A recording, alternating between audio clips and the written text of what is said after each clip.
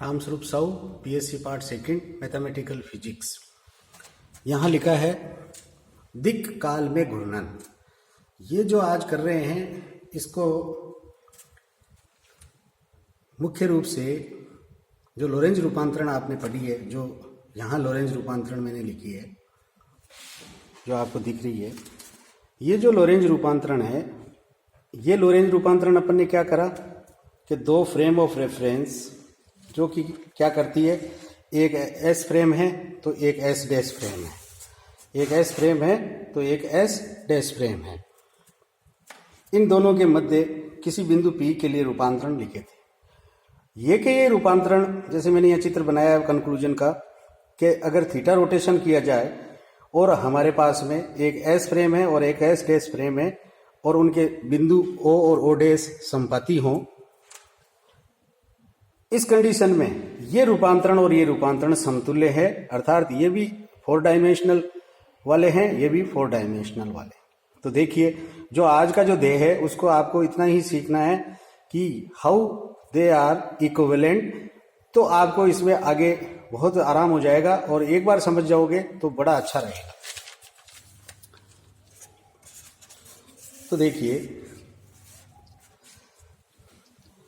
कि rotation in space time ये लिखा है, यानी कि आपके पास में स्पेस वाले 3 होते हैं, एक्स वाई जेड, और टाइम वाला एक नया कॉन्सेप्ट जो आएगा वो अब डाला गया है, यानी कि टाइम टी वाला।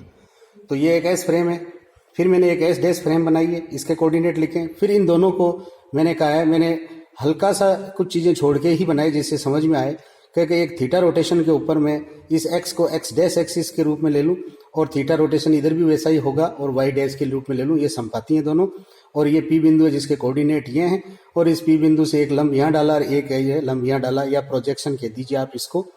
क्या मुख्य कार्य है कि एक्स वाई एक्स डैश और वाई डैश का समीकरण लिखना, इस पर्टिकुलर जो थीम अपन ने जो चित्र बनाई उस तरीके से, और ऊपर जो अपन ने लिखा है द्विक काल में घूर्णन। तो एक्स डैश बराबर आ जाएगा आपके पास X cos theta plus Y sine theta, और वाई डैश बराबर आ जाएगा minus X sine theta plus Y cos theta.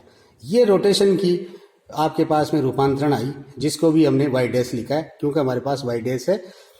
यहाँ जो मैट्रिक्स फॉर्म में लिखी है ये समीकरण 1 है, और ये मैट्रिक्स फॉर्म में आप प्लीज इसको याद करना शुरू कर दें या देखें दिमाग से कि ये अगर आपके बड़ी क्लास में या थोड़ा सा भी अगर आप पार्टिकल फिजिक्स न्यूक्लियर फिजिक्स में पढ़ेंगे तो वहाँ ये चीज़ है, तो आज यहाँ सीख लें इसको।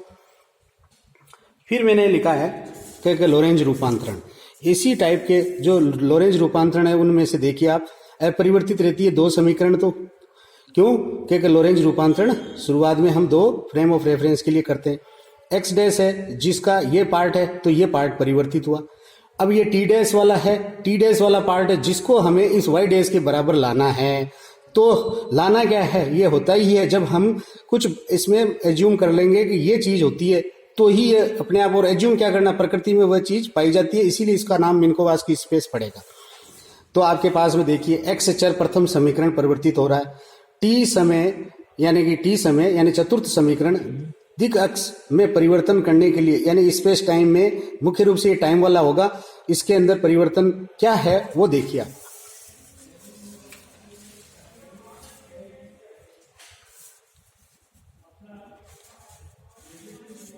तो यहां कह रहा है कि काल्पनिक x I C T x को काल या टाइम एक्सिस एक्स कहते हैं, तो लोरेंज रूपांतरण के चर एक्स और टी निम्नलिखित होंगे। तो आपके पास में अपन ने क्या किया कि टी को मैंने लिखा आई सी टी, और मुख्य रूप से ये लोरेंज रूपांतरण 2 हैं।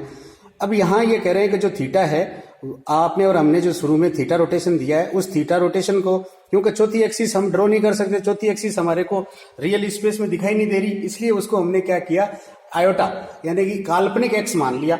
तो काल्पनिक एक्स माना तो इसके साथ ये जो थीटा कोण है उसके साथ भी आयोटा भी कर दिया, और v बाई सी, यानी कि थीटा का अगर ये मान अगर एज्यूम किया जाए टेन थीटा बराबर, तब सब चीजें फिट हो जाएगी। तो इसमें जो मुख्य बात थी वो यही थी कि ये प्रकृति में पाया जाता है, इसीलिए मिन्कोवास की स्पेस है। तो आपके पास में गामा तो बन जाएगा कोस थीटा, और I V gamma upon C बन जाएगा आपके पास साइन थीटा। तो यहां देखिए X dash is equal to, मैंने इसको गुणा कर दिया, तो X gamma plus iota V by C और गामा और आई सी टी। फिर आपके पास X dash is equal to X cos theta यानी गामा का मान लिख दिया। यहाँ पे जो आपके पास में आई सी टी गामा और सी का मान है जो आपके पास में sin थीटा लिख दिया, आई सी टी को एज इट इज रख दिया। ये 3 समीकरण डाला नाम। अब देखिए आपके पास में जो दूसरा जो समीकरण है टी डैश का, उसको आई सी से गुणा करने पर, यानी सी कांस्टेंट है तो आपके पास में I C T dash is equal to gamma I C T, क्योंकि इधर वाला टी है ना, जो आपके पास में इस साइड का टी है, केवल डैश नहीं आएगा, आई वी और गामा और एक्स और बाई सी। तो इसके अंदर चेंजेज किए तो आपके पास में माइनस एक्स साइन थीटा और प्लस आई सी टी कॉस थीटा। तो ये आपके पास में आई सी टी डैश का इक्वल का समीकरण 4 नंबर ये बनेगा। इनको देखिए मैट्रिक्स फॉर्म में लिखा मैंने, तो एक्स डैश और एक आई सी टी डैश यानी कि एक कॉलम और cos theta sine theta minus sine theta cos theta का एक आपके पास मैट्रिक्स का जो मल्टीप्लिकेशन में यहाँ रखा और X I C T dash C T. तो ये जो ट्रांसफॉर्मेशन हुई है, इसी ट्रांसफॉर्मेशन के लिए क्या कह रहे हैं कि लोरेंज रूपांतरण समीकरण द्विलांबिक द्विकाल निर्देश तंत्र में थीटा कोण से घूर्णन के समतुल्य है। ये देखिए आप, यानी कि इसमें भी वो 2 एक्सिस हैं जो परिवर्तित नहीं होंगी। जैसी ट्रांसफॉर्मेशन अपन ने लोरेंज रूपांतरण सीखी थी वैसी की वैसी ही होंगी। तो आपके पास में टेन थीटा ये अगर होता है तो हमारे पास में ये दोनों निर्देश तंत्र एक दूसरे के तुल्य होते हैं। ये बहुत अच्छी टॉपिक थी। इस टॉपिक को आप प्लीज 2-3 बार सुने और पढ़ें, और इसके बाद अपन आगे करेंगे जिसमें जगत रेखा है वो आपको मिलेगी।